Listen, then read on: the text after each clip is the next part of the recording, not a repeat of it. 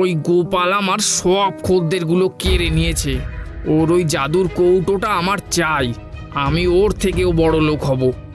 এক অন্ধকার রাতে ভোলা লুকিয়ে গোপালের দোকানে ঢোকে এবং সেই কাঠের কৌটোটা চুরি করে নিয়ে পালায়।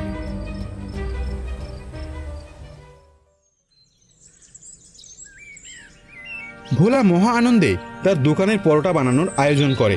সে ভাবে, গোপাল তো 1 চিমটি মশলা দিত, আমি 1 মুঠো দেব, আরও বেশি সুস্বাদু হবে। ভোলা 1 মুঠো জাদুই মশলা আলুর পুরে মিশিয়ে দেয় এবং খদ্দেরদের ডাকতে থাকে।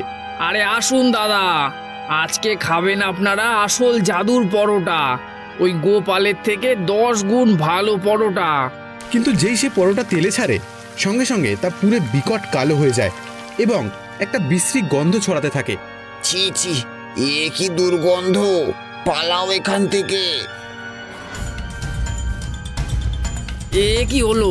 আমার জাদুর মশলা, আমার স্বপ্ন। ঠিক তখনই আকাশ থেকে বজ্রপাতের মতো সাধু বাবার কণ্ঠস্বর শোনা যায়। আমি বলেছিলাম লোভ করবি না, যা সততার পুরস্কার তা কোনোদিনও লোভীর হাতে থাকে না।